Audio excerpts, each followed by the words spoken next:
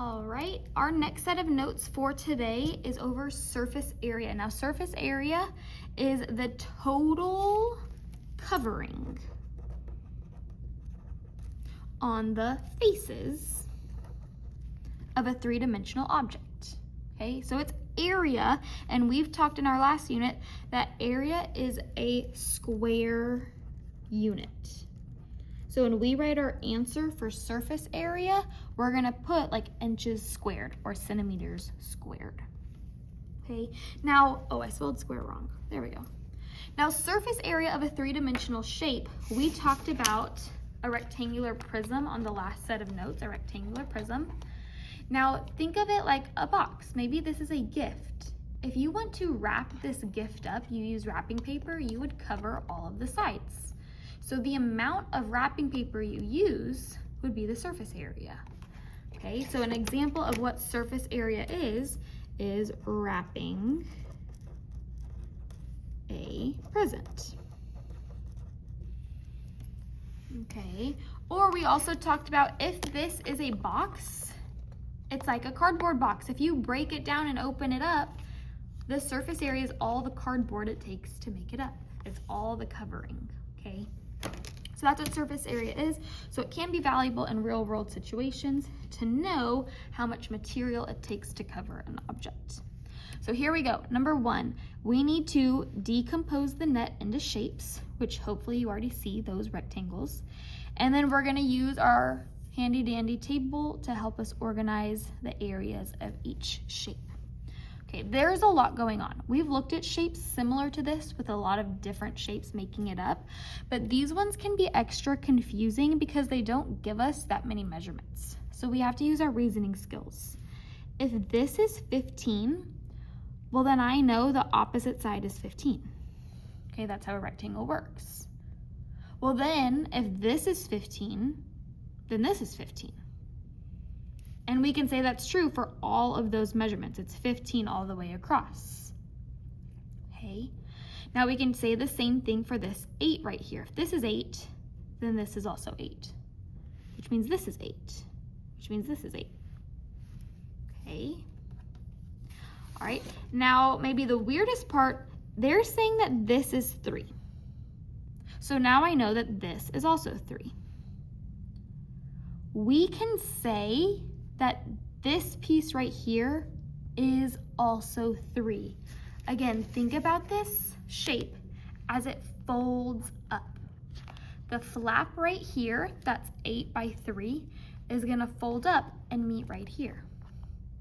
So this measurement has to be equal to this measurement because they're gonna fold and meet together. So anytime you see a prism, or really any 3D shape, if this is one measurement, then this is the same measurement. So that's true for here. If this is 3, then this is also 3, which means this is 3, and this is 3, this is 3, this is 3. All right, so the final piece that we have not labeled is this right here. Now you can look and you can probably assume that it is 8 just because this is 8, and it is. They are the same. So again, thinking about if I were to fold this shape up, this rectangle right here that my finger is on is the same exact rectangle right here because they're gonna fold up and be stacked on top of each other. In order to create a true box, they have to be the same measurement, otherwise all the pieces wouldn't fold together.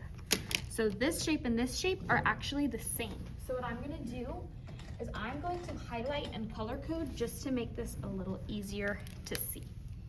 So I know that this rectangle is the same as this rectangle.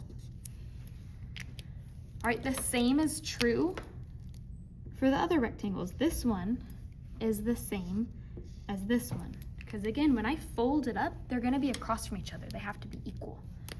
So that means this rectangle is the same as this rectangle. Okay, so that means when I find the area of all these shapes, I really only need to have 3 shape categories because I only have 3 different shapes. So I'm gonna start with the big rectangle. I'm gonna say the one I colored in orange is shape 1. I know that it's a rectangle, so my formula is area equals base times height. So when I plug in the values, I've already labeled all of these dimensions. I know that the height is 15 and the base is 8. So 15 times 8. But do not forget, I have 2 of those shapes. So I need to make sure that when I get the area, I need to double it because there's 2 of them. Do it times 2. So 15 times 8 is 120. So 1 box is 120. I'm gonna fill that in. But this is also 120 because they're the same exact shape. So together, if I do 2 of those, the total area of the orange is 240.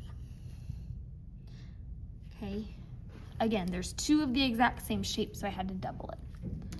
All right, let's move on. Let's say shape 2 is my blue one. Okay, it's still a rectangle, so it's still area equals base times height. Now my base looking is 3 and 15. We've already labeled all of those. 3 times 15. 3 times 15 is 45.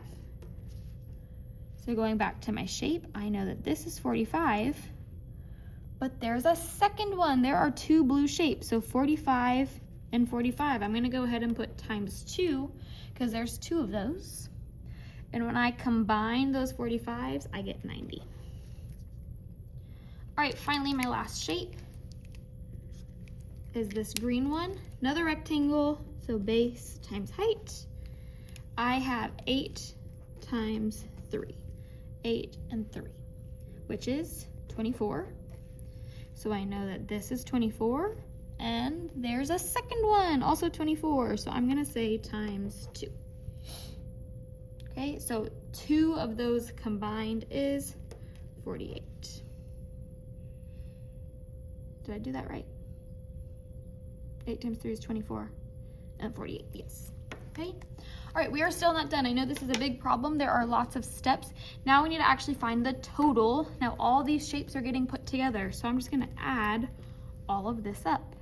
240 plus 90 plus 48 gives me 378.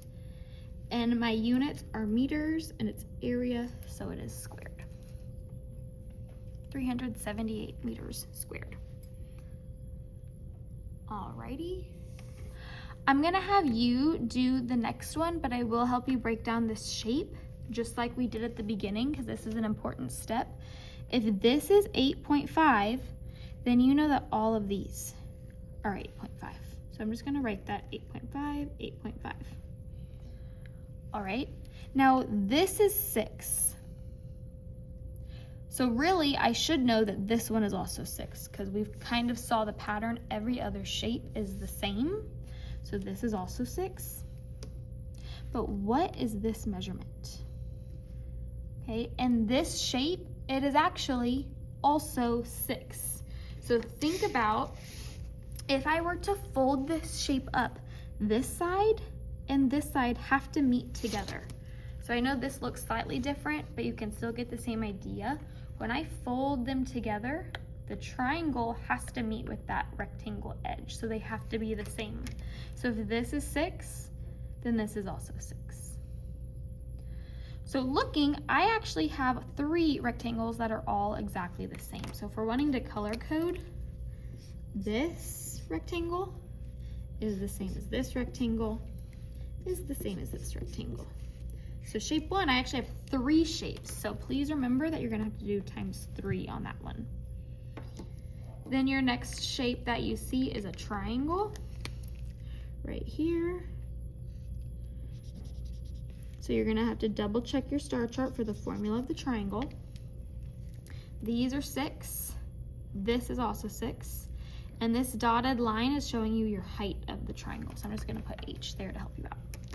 Okay, and there are 2 of those. So I'm just gonna put times 2 on there so you can remember to double that area. All right, you're gonna finish that on your own.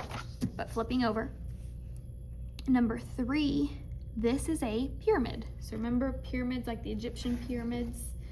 Here is the net. If you fold it up, it has that point. Okay, so we want the total surface area, so let's just look at all of our shapes. I see a square right here in the middle, I know that it's a square because the problem told me that. It says it's a square pyramid, so I know that has to be a square. Squares tell me that if this side is 7, then that side is also 7. So I know if I'm gonna start with shape 1, that's my square, I'll do base times height, which is just 7 times 7, which is 49. So this is 49. There's only one square in this pyramid, so just 49 is that total. I don't have to double it or triple it or whatever. All right, my next shape is a triangle. Now I see 4 triangles, but if I think about it, they all have to be the same measurement. Because if they're all gonna fold up, since it's a square, I know they all have the same measurement here. And if they fold up to the point, they all have to be the same height. So these triangles are all the same. So for color coding, I'll color them all orange. I'm not doing a very good job, so I apologize.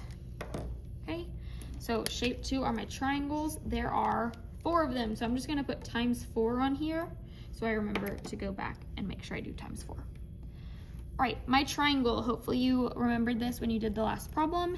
Area is 1/2 BH. 1/2 times base times height. So looking at my triangle, the base would be this, which looking at all the other measurements, it's gotta be 7 because we have that square. So I have 1/2 times 7 is my base. And then my height goes from the base to that point. So my height is 6. Okay, so the area of this triangle is 21. 7 times 6, oh, not 21. Yes, 21. 7 times 6 is 42. Cut it in half, it's 21. So this is 21, but there's 4 of them. All of them are 21. So I'm just gonna go and put times 4 like we had put up here. And now I know that the total area of all 4 triangles is 84. So to find the total, they're being all combined. So I'm just gonna add them all together. 49 plus 84 gives me 133 millimeters squared. Alrighty, that is surface area. It's just like our composite area.